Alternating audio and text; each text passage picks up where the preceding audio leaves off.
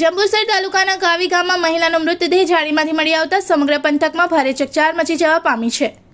3 દિવસ અગાઉ પતિ સાથે થયેલા ઝઘડા બાદ ઘરેથી ગુમ થયેલી શીલાબેન રમેશભાઈ રાવલનો મૃતદેહ કાવી અને નહાર ગામ વચ્ચે નર્મદા કેનલ પાસે આવેલી ઝાડીમાંથી મળી આવતા અનેક સવાલો ઊભા થયા છે। મૃતદેહ મળ્યાની વાત વાયુવેગી વિસ્તારમાં ફેલાતા મોટી સંખ્યામાં લોકોના ટોળેટોળા ઘટના સ્થળે ઉમટી પડ્યા હતા।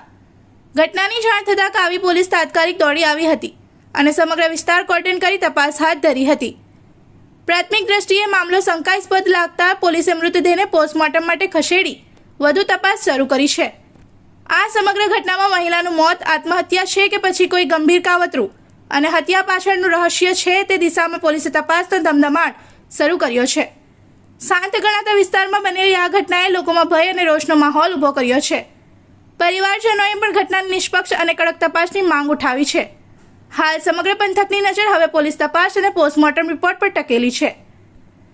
इस वीडियो को लाइक करें, हमारे चैनल को सब्सक्राइब कर बेल आइकन जरूर प्रेस करें हमारी न्यू वीडियो सबसे पहले देखने के लिए।